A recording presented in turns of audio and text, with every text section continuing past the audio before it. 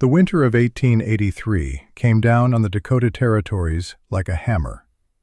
It was not a slow, creeping cold that gave a man time to prepare his soul and his woodpile. It was a sudden, violent arrival, a declaration of war from the sky. The wind did not whistle, it screamed.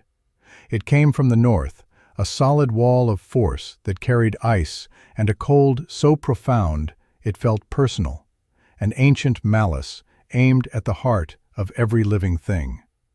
The land, once rolling and brown, was flattened and erased by an ocean of white.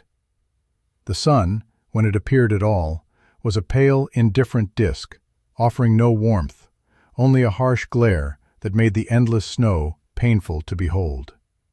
In the small settlement of Providence Creek, the cold was a physical entity. It seeped through the thickest logs, it crept under the heaviest doors, and it settled in the bones of the people like a permanent ache. The cabins were built in the way men had always built them, heavy logs, chinked with mud and moss, and at the center of each home, a great stone fireplace. These fireplaces were the pride of their builders. They were massive, deep things, capable of taking a log half as thick as a man's chest. They were the heart of the home, the symbol of survival. They were also liars. They consumed wood with a ravenous, insatiable hunger. A family could spend a full day felling trees and splitting logs just to feed the beast for 2 nights.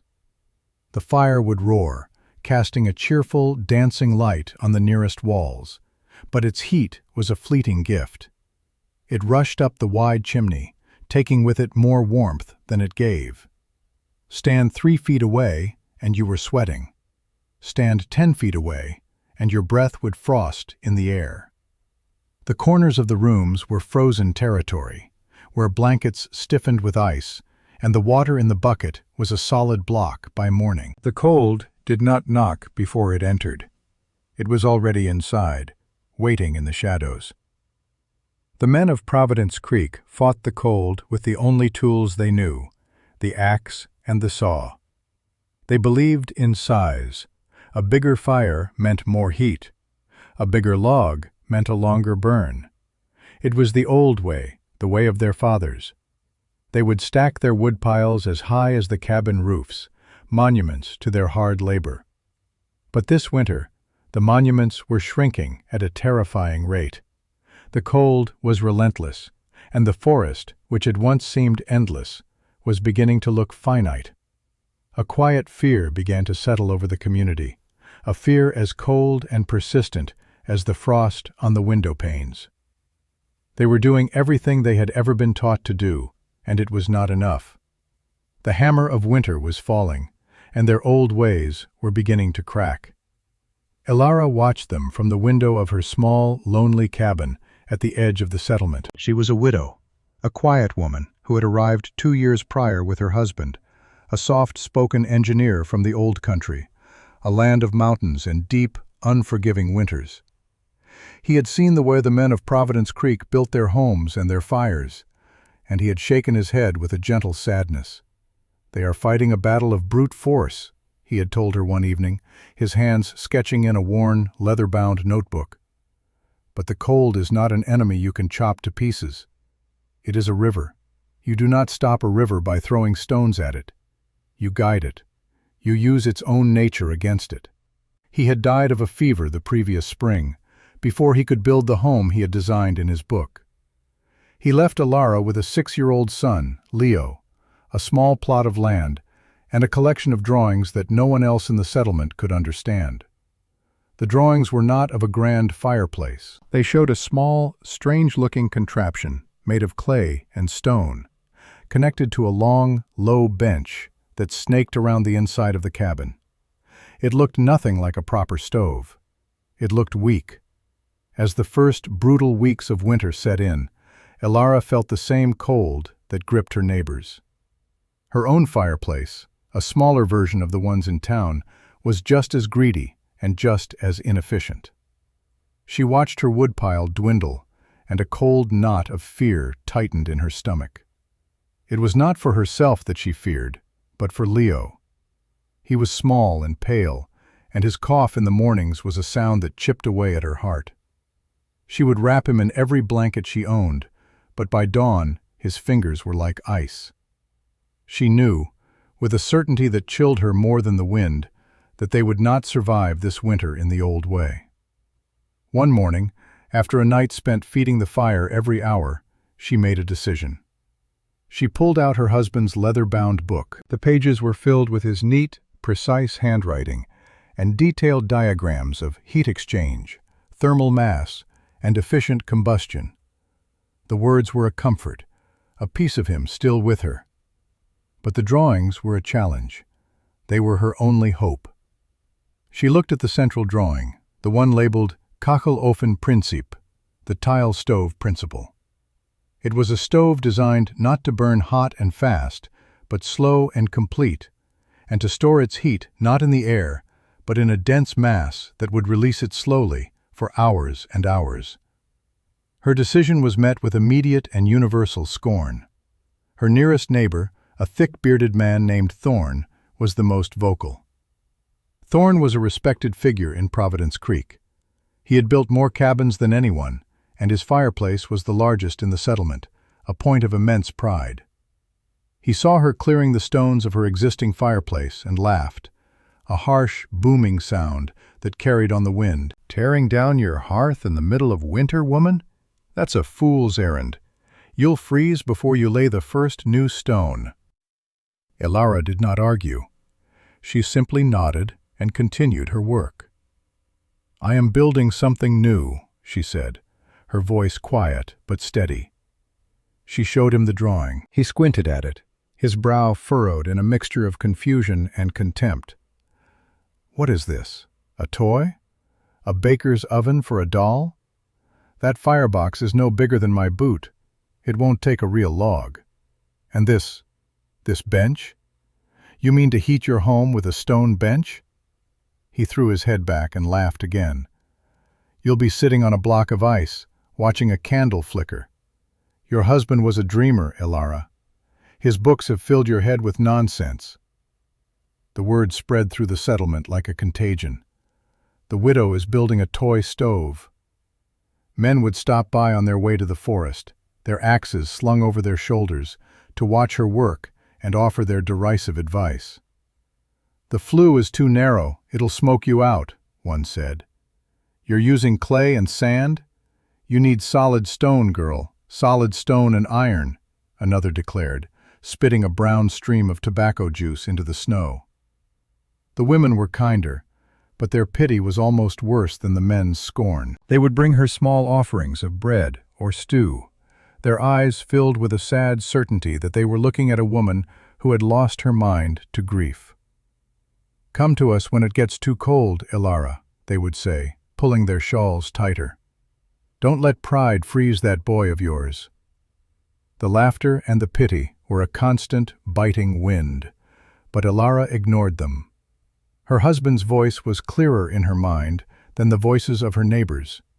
She remembered his patient explanations. The small firebox was key. It had to be narrow and tall, insulated with a mixture of clay and pearlstone to get incredibly hot. "A fire that is hot enough burns its own smoke," he had told her. "Smoke is just unburned fuel. A big, lazy fire is a wasteful fire. It chokes on itself. A small, fierce fire is a clean fire. It eats everything." The long, winding bench was the heart of the design. It was the thermal battery. The hot gases from the fire would not rush straight up a chimney. They would be forced to travel a long, horizontal path through the heavy stone and clay bench, their heat slowly being absorbed into the mass.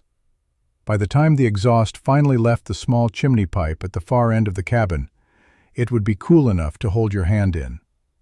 All the heat, all the energy from that single small log would be trapped inside the cabin, stored in the bench, radiating out for hours.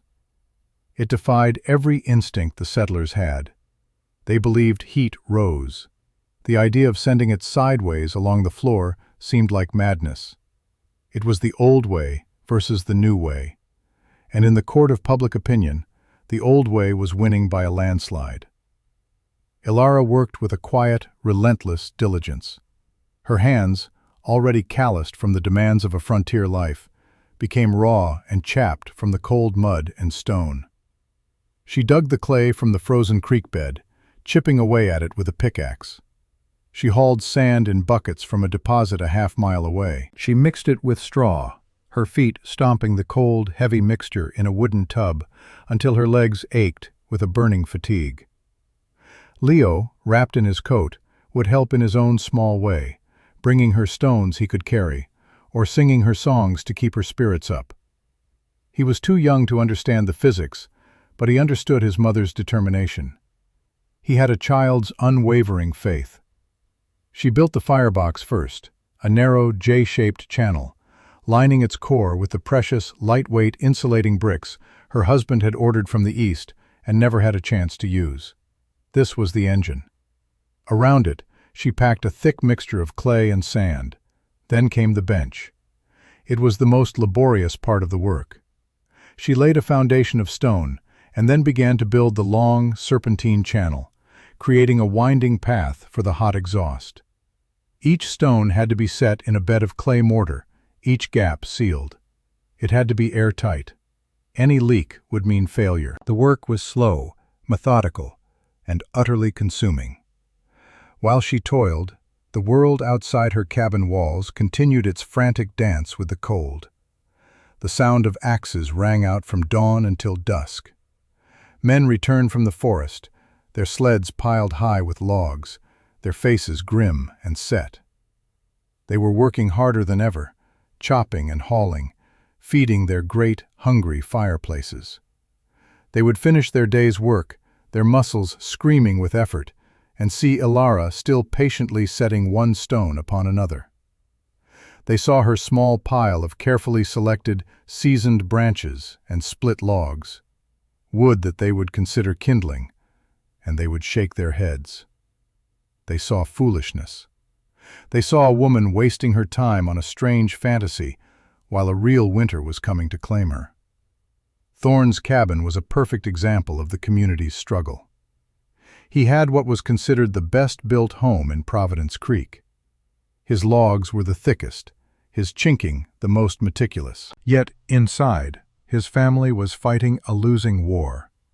His wife, Mary, spent her days shuffling from the fireplace to the walls, stuffing new rags and moss into the ever-present drafts. The heat from their massive fire was a tyrant. It scorched their faces while their backs remained cold. The air was thick with smoke that leaked from the mortar, and the constant roar of the fire was a nerve-wracking sound, a constant reminder of how much fuel they were burning just to stay alive. They were living in a small circle of survivable warmth, prisoners in their own home. Ilara's work was the opposite. It was not frantic, it was measured. It was not about overwhelming force. It was about intelligent design. She wasn't building a weapon to fight the cold. She was building a vessel to hold the warmth. Her neighbors saw her small pile of wood and thought she was unprepared. They did not understand that her stove was not designed for the massive logs they used. It was designed for small, dry pieces of wood, burned quickly and completely.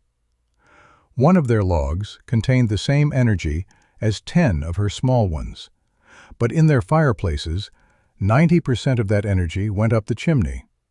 In her design, 90% of it would stay in the room. She finished the bench after 2 weeks of grueling labor. It was a long, low, serpentine form, about 18 inches high and 2 feet wide, that ran along 2 walls of the main room. She coated the entire thing in a final, smooth layer of clay plaster, her hands shaping and smoothing it until it was seamless.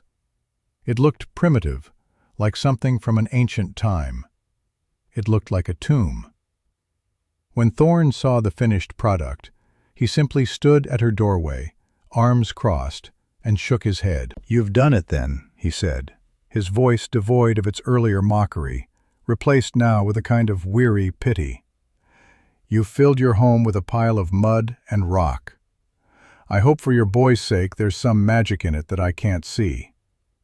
He turned and walked away without waiting for a reply. He had a forest to conquer.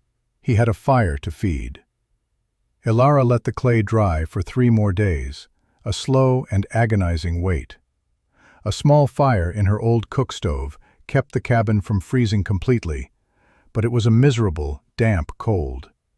Finally, the day came. The clay was hard to the touch. With a silent prayer, she lit the first fire. It was not a roar, it was a whisper. She fed a few small, dry sticks into the vertical opening of the firebox. The flame caught immediately, and instead of rising lazily, it was sucked sideways and down into the J-shaped channel with a quiet, satisfying whoosh. There was no smoke. Not a wisp escaped into the room. The combustion was so complete, so efficient, that all the smoke was being burned. She placed a larger piece of split wood on top.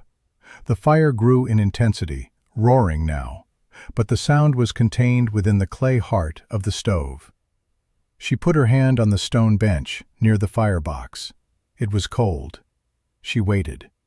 An hour passed. The fire burned down to glowing embers. She added another log. Outside, the wind began to howl, a low moan that signaled a change in the weather. The sky, which had been a clear, cold blue, was now turning a bruised, ominous gray. The old-timers called it a wolf sky. It meant a blizzard was coming. It meant the real test was about to begin. The storm arrived that night. It did not come like a hammer this time, but like a thief. It began with a silence, an unnatural stillness in which the very air seemed to hold its breath. Then, the first flakes of snow began to fall, not gently, but in a thick, dizzying curtain that erased the world. The wind followed, a low growl at first, then a rising shriek that tore at the cabins and drove the snow into every crack and crevice. This was not just a storm, it was a siege. The temperature plummeted. It dropped 10 degrees in the first hour, then another 10. It fell past 0, past 10 below, into a realm of cold that was actively hostile to life. Inside the cabins of Providence Creek, the battle for warmth became a desperate, losing fight. The wind forced its way through the chinking like a knife, cutting through the blanket of heat from the fireplaces. The great fires roared, consuming wood at a ferocious pace, but the cold was winning. In Thorne's cabin, the family was huddled together on the hearth, wrapped in every blanket they owned. The fire was a blazing inferno, yet the far wall of the cabin was coated in a thick layer of frost. The sound of the wind was a physical presence, a monster trying to claw its way inside. Thorne was exhausted, his body aching from the constant work of hauling and splitting wood, his mind numb with a growing dread. He had burned through a day's worth of wood in just a few hours. At this rate, his massive woodpile would not last the week, and the storm showed no signs of abating. The story was the same in every other home.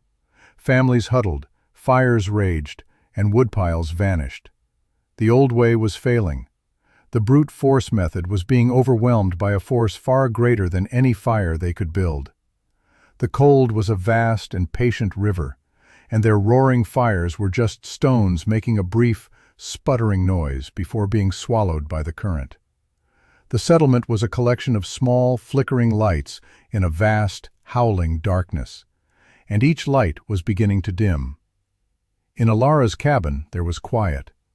The wind howled outside, the same relentless monster, but inside, a different kind of power was at work. The little stove had been burning for hours, consuming only a few small logs.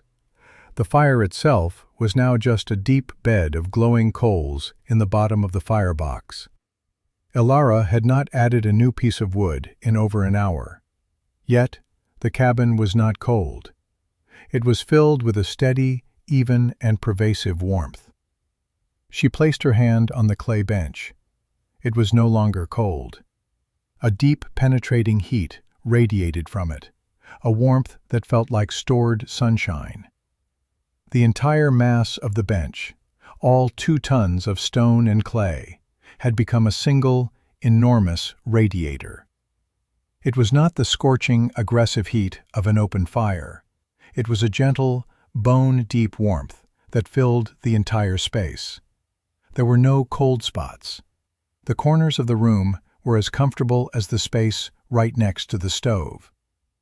The frost on the windows had melted, leaving clear panes through which she could see nothing but a swirling vortex of white. Leo was not huddled by the fire. He was sitting on the far end of the warm bench, playing with his carved wooden animals. He was in his shirt sleeves. He was comfortable. Ilara sat beside him, her husband's book open on her lap, and read to him. The sound of her voice was a calm counterpoint to the fury of the storm outside. The little stove worked its silent magic. It worked. Her husband's dream, the thing of paper and ink, was real. It had become their salvation. The storm raged for 2 days and 2 nights without pause. For the people of Providence Creek, it was a time of misery and fear. Woodpiles shrank to almost nothing. In some cabins, people began burning furniture to stay warm. The cold was an invading army, and it had breached their defenses. The fear of freezing was no longer a distant worry. It was a present and immediate danger. The children cried from the cold, and the parents could offer little comfort. Their pride in their great fireplaces had turned to ash, just like the mountains of wood they had fed into them. On the 3rd day, Thorne's wood was gone. He had burned through a winter's supply in less than a week. The fire in his hearth was a pathetic flicker of embers, and the cold in the room was now a mortal threat. His wife, Mary, was trying to warm their youngest child under a pile of blankets, but the child's skin was cold to the touch. Desperation broke through Thorne's pride like an axe through rotten wood. He had no choice. He had to ask for help. He thought of going to his other neighbors, but he knew they were in the same predicament. Their axes had all fallen silent. There was only one place that might be different. One place that he had mocked. He bundled himself in every layer of clothing he had and stepped out into the blizzard. The wind tore at him, stealing his breath. The snow was waist-deep, and the short walk to Ilara's cabin was a grueling ordeal. He fought his way through the drifts, driven by the image of his shivering child. He finally reached her door, his beard caked in ice, his body numb. He hesitated for a moment, his pride warring with his fear. Fear won. He knocked. The door opened, and the first thing that hit him was not a blast of heat, but a gentle, enveloping warmth. It was like stepping into a different season. He saw Ilara, her face calm. He saw Leo playing on the floor. He saw no great roaring fire. He saw only the strange, silent clay bench and the small stove, which seemed to be doing almost nothing. But the air was warm, not just warm, but comfortable. The humidity was right. There was no smoke, no draft. It was a sanctuary. He stood there, speechless, the snow melting off his coat and puddling on the floor. He looked from the peaceful scene inside to the tiny stove. He could not reconcile what he was seeing with what he knew of the world. It was impossible. A stove that small could not heat a room like this. A fire that small could not fight a storm like this. He looked at Ilara, and the scorn was gone from his eyes, replaced by a profound and shattering disbelief. "How?" he finally managed to whisper, his voice hoarse. Ilara did not gloat. She did not say, "I told you so." There was no triumph in her eyes, only a quiet compassion. She saw a man at his breaking point, a father afraid for his family. "The heat is not in the fire," she said softly, gesturing to the bench. "It is in the stone. The fire is only the beginning. The bench holds the warmth and gives it back slowly. She led him to the bench and motioned for him to sit. He hesitated, then lowered himself onto the smooth clay surface. The warmth soaked into his frozen body, a feeling so deeply comforting it almost brought him to tears. It was not the searing heat of a hearthstone. It was a deep, steady, life-giving warmth. He had never felt anything like it. He was wrong. He had been so profoundly, arrogantly, and dangerously wrong. The toy stove, the widow's folly, was a work of genius, and his own masterpiece, his great stone fireplace, was a monument to ignorance. "My family," he stammered. "My wood is gone. We are freezing."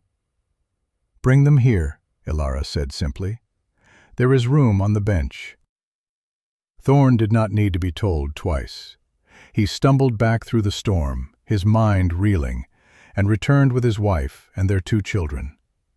Mary's reaction was the same as his: stunned silence, followed by tears of relief as the gentle warmth enveloped her and her freezing children. Ilara gave them hot broth and wrapped the children in warm blankets. That afternoon, Thorn, humbled and ashamed, went out to Ilara's modest woodpile. With her permission, he took a few of the small, split logs, an amount he would have once considered an insult to a fire, and fed them into the stove's small opening. He watched as the fire was drawn down into its heart, burning cleanly and fiercely, with that same quiet whoosh. He was beginning to understand. Word travels fast in a small community, even in a blizzard. When Thorn's neighbor saw him carrying his children toward the widow's cabin, he assumed the worst. But when Thorn did not return, curiosity and fear drove the neighbor to follow his tracks. He, too, arrived at Ilara's door, expecting to find a scene of tragedy. He found a sanctuary instead. He found 2 families, warm and safe, in a cabin heated by a miracle. By nightfall, Ilara's small home was crowded. 3 other families had made their way there, their own homes having become uninhabitable iceboxes. They huddled together, not in fear, but in awe.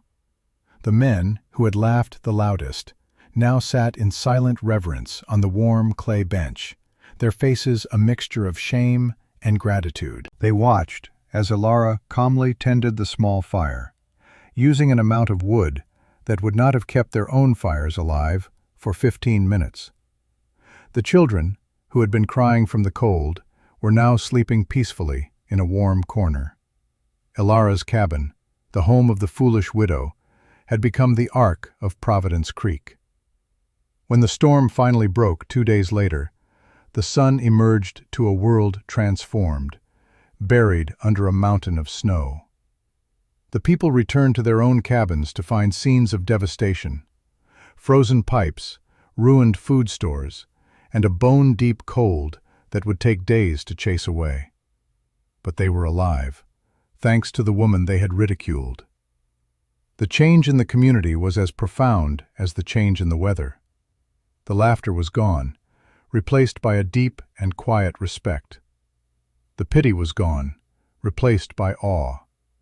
The men no longer saw a grieving, foolish widow. They saw a leader. They saw a visionary. Thorn was the first to approach her after they had cleared the paths between the cabins. He came not with advice or warnings, but with his hat in his hands, his eyes downcast. He stood before her, the proudest man in the settlement, and his voice was thick with humility. "Teach me," he said. It was not a request. It was a plea. "Teach me how to build one. I was a fool. I was blind with pride. What you have built, it is the future. Please, teach me." Ilara nodded. She took a stick and, in the newly fallen snow outside her cabin, she began to draw. She drew the J-shaped firebox. She explained the need for insulation, for the fire to be so hot it consumed everything. She drew the long, winding path the hot gases must take. She explained how the mass of the bench acted like a sponge for heat. She answered every question with patience and clarity. She shared her husband's knowledge freely, holding nothing back. Soon, other men gathered around. They stood in a silent circle, listening intently. These were practical men, men who worked with their hands. They understood the logic of it now that they had felt its proof. They saw the simple elegance of the design, the profound wisdom in its core principles. They had spent their lives fighting the cold head-on. Elara and her husband had shown them how to be clever, how to be efficient, how to use the laws of nature to their advantage instead of fighting against them. That spring, a new sound filled the air in Providence Creek. It was not the sound of axes felling massive trees, but the sound of shovels digging clay, of hammers chipping stone, and of men talking quietly, working together. Thorne, once the chief skeptic, was now the chief evangelist. He led the construction, working side by side with his neighbors, following the diagrams Elara had copied for them from her husband's book. They worked together, sharing the labor of hauling stone and mixing the clay mortar. They built a new stove in Thorne's cabin first, tearing out the great, prideful fireplace that had almost been their tomb. Then they moved to the next cabin, and the next. The women helped plaster the benches, their hands smoothing the clay with a care that was almost reverent. By the time the first leaves began to turn in the autumn, every single cabin in Providence Creek had a new heart, a small, efficient stove, and a long, warm bench. The landscape of the settlement had physically changed. The massive woodpiles of previous years were gone, replaced by smaller, neater stacks of seasoned, split wood. The air was clearer, with only thin wisps of steam rising from the chimneys instead of the thick, black smoke of the past. The change was more than physical. The community itself had been reforged. The hard lesson of the Great Blizzard had burned away their stubborn pride and replaced it with a shared sense of humility and cooperation. They were quieter now, more thoughtful. They had learned the difference between the appearance of strength and its true substance. The story of the widow's stove and the winter of the great storm spread. Travelers passing through would marvel at the warmth of the cabins and the small amount of wood they used. They would sit on the warm benches, listen to the tale, and carry the knowledge with them to other settlements. The idea, born in the mind of a quiet engineer from a foreign land and brought to life by the hands of his determined wife, began to seed itself across the territory. It was a quiet revolution, passed along not in books or newspapers, but in stories told around the very stoves that were the subject of the legend. Elara never sought credit or praise. She remained the quiet woman at the edge of the settlement, tending her garden and raising her son. But she was no longer seen as an outsider. She was the heart of their community, the keeper of the wisdom that had saved them. The men would still come to her, not for mockery, but for advice on sealing a flue or mixing the clay just right.